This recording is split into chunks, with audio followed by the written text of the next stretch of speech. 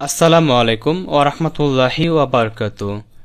আজকের এই ভিডিওতে আমি আলোচনা করব এই মুহূর্তে আপনারা আমার ডিসপ্লেতে যে ফ্রেম ডিজাইনটি দেখতে পাচ্ছেন কিভাবে আমরা অ্যাডোবি ইলাস্ট্রেটর সফটওয়্যার ব্যবহার করে এই ধরনের ফ্রেম ডিজাইনগুলো তৈরি করতে পারি সে প্রসেসটাই মূলত আজকের এই ভিডিওতে আমি আলোচনা করব। তো আপনারা যদি আগে থেকে এই ধরনের ডিজাইনগুলো সম্পর্কে অবগত থাকেন তাহলে চাইলে আপনি এই ভিডিওটা স্কিপ করতে পারেন। আমি চাই না আপনাদের মূল্যবান সময়টি এই ভিডিওতে নষ্ট করেন।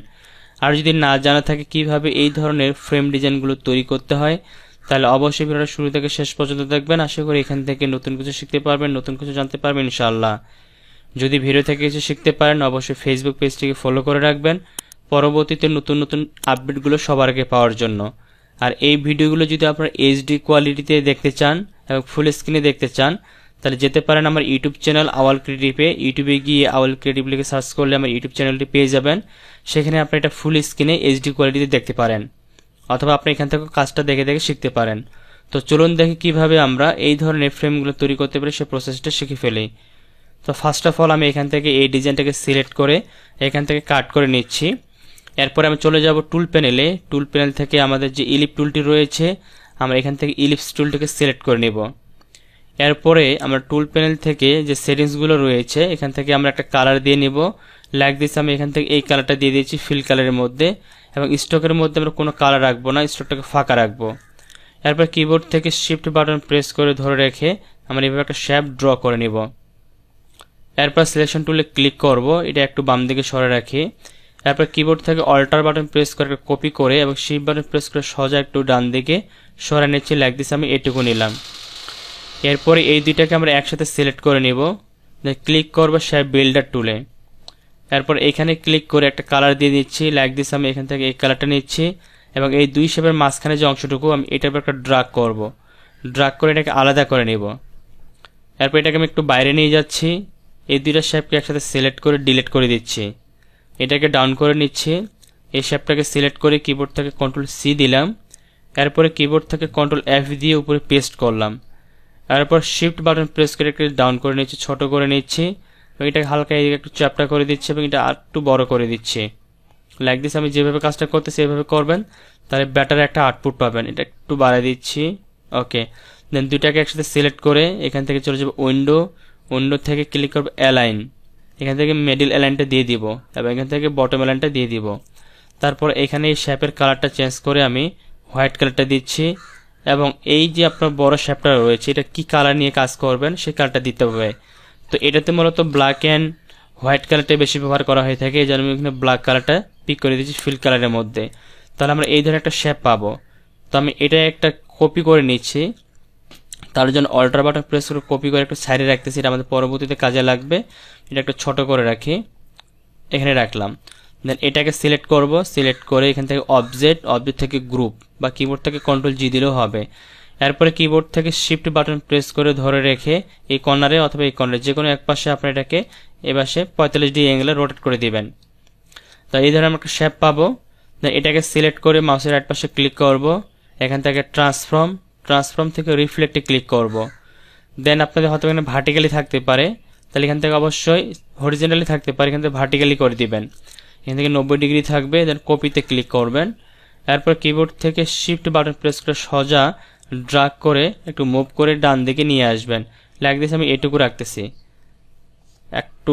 একটু ডান দিকে সরে দিয়ে একটু কাছাকাছি রাখি। ওকে, এটুকু রাখলাম। দেন এই দুইটাকে একসাথে সিলেক্ট করে কন্ট্রোল জি দিয়ে গ্রুপ করে নিলাম। দেন শিফট বাটন প্রেস করে ছোট করে এটা একটু ডাউন করে আমি এই বরাবর নিয়ে আসলাম এবং অ্যালাইন থেকে এটাকে আমি মিডল বরাবর করে দিচ্ছি যাতে আমাদের আর্টবোর্ডের সাথে মিডলে থাকে। ওকে, এরপরে এটাকে আমি সিলেক্ট করব, এই শেপ দুটাকে সিলেক্ট করার পর চলে যাবো ইফেক্ট মেনু। দেন এখান থেকে চলে যাবো ডিস্টোর্ট অ্যান্ড ট্রান্সফর্ম, তারপর এখান থেকে ট্রান্সফর্মে ক্লিক করব। দেন এই মেনুটা ওপেন হবে। এখান থেকে আমরা এই যে ভ্যালুটা রয়েছে ভার্টিক্যাল মুভ ভ্যালুটা, এই ভ্যালুটাকে কমাবো, মাইনাস করলে এখানে যে ফ্রেমটা আছে ফ্রেম থেকে উপরের দিকে যাবে। তো এখান থেকে আপনাদের প্রয়োজন মতো কতটুকু রাখলে ভালো লাগে ততটুকু এখান থেকে আপনারা বারে কমায় নেবেন। লাইক দিস আমি এখান থেকে -44 দিয়ে রাখলাম এবং এখান থেকে আমি কপি করব কয়টা কপি, এখানে আমি 15টা দিয়ে দিচ্ছি বা 16টা দিলাম, একটু সাইডে দেখি, এখানে দিয়ে রাখতেছি 16টা।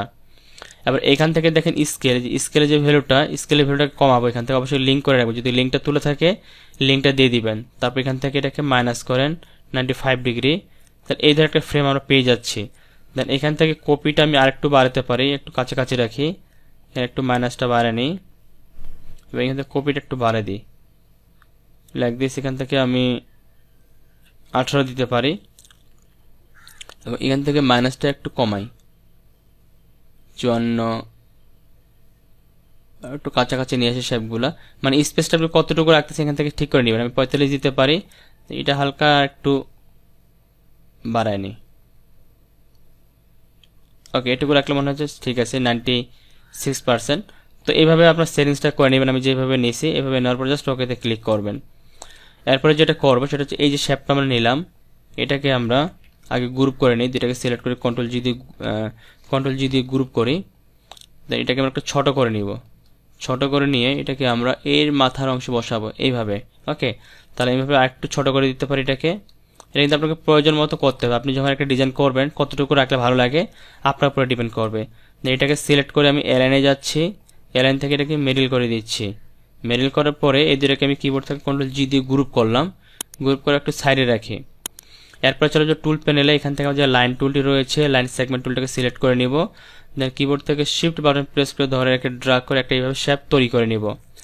এরপর চলে যাবো আমরা এখানে উইন্ডো মেনু থেকে স্টকে ক্লিক করব।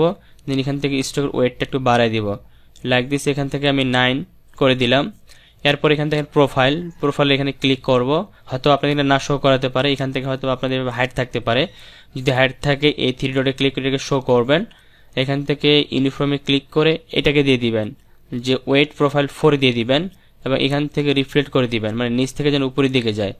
আর এখান থেকে স্টকটা একটু প্রয়োজন মতো বাড়ায় কমে অ্যাডজাস্ট করে নেবেন লাইক দিস। আমি এটুকু নিলাম, তারপর এটাকে ক্লোজ করে দিব।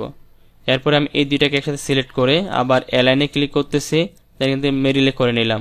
তাহলে আমরা এই ধরনের একটা ডিজাইন কিন্তু দেখতে পাচ্ছি। এখন এই সবটাকে সিলেক্ট করে কিবোর্ড থেকে কন্ট্রোল জি দিয়ে গ্রুপ করলাম। গ্রুপ করার পরে আমরা চলে যাব উইন্ডো থেকে ব্রাশ মেনুটাকে ওপেন করে নিব। তো দেখতে পাচ্ছেন এখানে কিন্তু আমার অলরেডি একটা ব্রাশ আছে, তো এটাকে ধরে ড্রাগ করে আমরা এর মধ্যে এনে ছেড়ে দিব। তারপর এরকম একটা পপ আপ বক্স আপনার সামনে ওপেন হবে, এখান থেকে সিলেক্ট করে দেবেন আর্ট ব্রাশ, দেন ওকে। এরপরে এখান থেকে আপনাদের ব্রাশের নাম চাবে কি ব্রাশ দিবেন। তো ধরো আমি এখানে দিয়ে দিচ্ছি AWALCREATIV আওয়াল ক্রিয়েটিভ লিখে দিলাম ব্রাশের টাইটেল।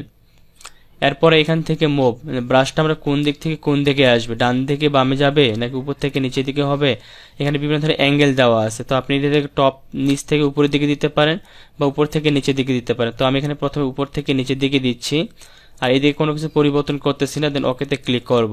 তাহলে দেখেন আমি যেটা তৈরি করলাম এখানে যে আওয়াল ক্রিয়েটিভ ব্রাশ, এই যে দেখেন নামটা শো করাচ্ছে আওয়াল ক্রিয়েটিভ। এখন এটাকে আমি সিলেক্ট করে ডিলিট করে দিচ্ছি, এটার আমাদের এখন দরকার নেই। এরপর আমি চলে যাচ্ছি ইলিপ টুলে, এখান থেকে একটা ইলিপ টুল সিলেক্ট করে নিচ্ছি। দেন কিবোর্ড থেকে আমি শিফট বাটন প্রেস করে এবং অল্টার বাটন প্রেস করে একটা সার্কেল তৈরি করে নিচ্ছি। এরপর এখান থেকে আমরা ডাইরেক্ট সিলেকশন টুলে ক্লিক করে এই যে পয়েন্টটা রয়েছে এই অ্যাঙ্কর পয়েন্টটাকে ডিলিট করে দিব, এবং শুধুমাত্র এই শেপটাতে শুধু স্টকটা রাখবো। যদি কোনো ফিল কালার থাকে অবশ্যই ফিল কালারটাকে অফ করে রাখবেন। এরপরে এই স্টকটাকে আমরা সিলেক্ট করব, সিলেক্ট করার পর আমরা যে ব্রাশটা তৈরি করলাম সেই ব্রাশটাকে ওপেন করে এখান থেকে জাস্ট পিক করে দিব। পিক করে দিলে দেখেন আমাদের ডিজাইনটা কিন্তু চলে আসে, কিন্তু দেখেন ডিজাইন কিন্তু উল্টা পাশে আসে। তো এটাকে সিধা করার জন্য এই ব্রাশের উপর ডাবল ক্লিক করবেন, এটা ওপেন হবে। দেন এখান থেকে যদি আমরা যেহেতু উপর থেকে নিচের দিকে নিচ্ছি, যদি আমরা নিচ থেকে উপরের দিকে দিই, তারপর যদি ওকেতে ক্লিক করে এখান থেকে অ্যাপ্লাই স্টক দিব, তাহলে দেখেন আমাদের ঠিক হয়ে যাবে। এরপর আমি এটাকে সিলেক্ট করব, সিলেক্ট করার পর মাউসের রাইট পাশে ক্লিক করব, ট্রান্সফর্ম, দেন রিফ্লেক্টে ক্লিক করব এখানে কপি করে নেওয়ার জন্য। তারপর এখান থেকে কপিতে ক্লিক করবো, এখানে ভার্টিক্যালি থাকবে, দেন কপি। এটাকে সিলেক্ট করে সেই বাটন ধরে মুভ করে একটু ডান দিকে সরাই নিলাম। তাহলে দেখতে পাচ্ছেন সুন্দর কিন্তু আমাদের একটা ফ্রেম রেডি হয়ে গেছে। তো এইভাবে মূলত আপনাদের যে কোনো ধরনের লোগো ডিজাইনের ফ্রেমগুলো রেডি করা হয়ে থাকে। আশা করি আপনারা সম্পূর্ণ প্রসেসটা ভালোভাবে বুঝতে পেরেছেন। যদি ভিডিওটা শুরু থেকে শেষ পর্যন্ত দেখে থাকেন তাহলে নিজেরাই কিন্তু খুব সহজে এই ধরনের ডিজাইনগুলো তৈরি করতে পারবেন। যদি ভিডিওটা ভালো লেগে থাকে বা যদি ভিডিও থেকে কিছু শিখে থাকেন তাহলে অবশ্যই অনুরোধ থাকবে পেজটিকে ফলো করে দিয়ে আপনাদের মূল্যবান মন্তব্যগুলো কমেন্টে জানাবেন, তাহলে আমি উৎসাহ পাবো আপনাদের জন্য আরো ভালো ভালো টিউটোরিয়াল তৈরি করে দেওয়ার। আপনাদের সকলের সুস্বাস্থ্য কামনা করে ভিডিওটা আজকের মতো এখানে শেষ করতেছি।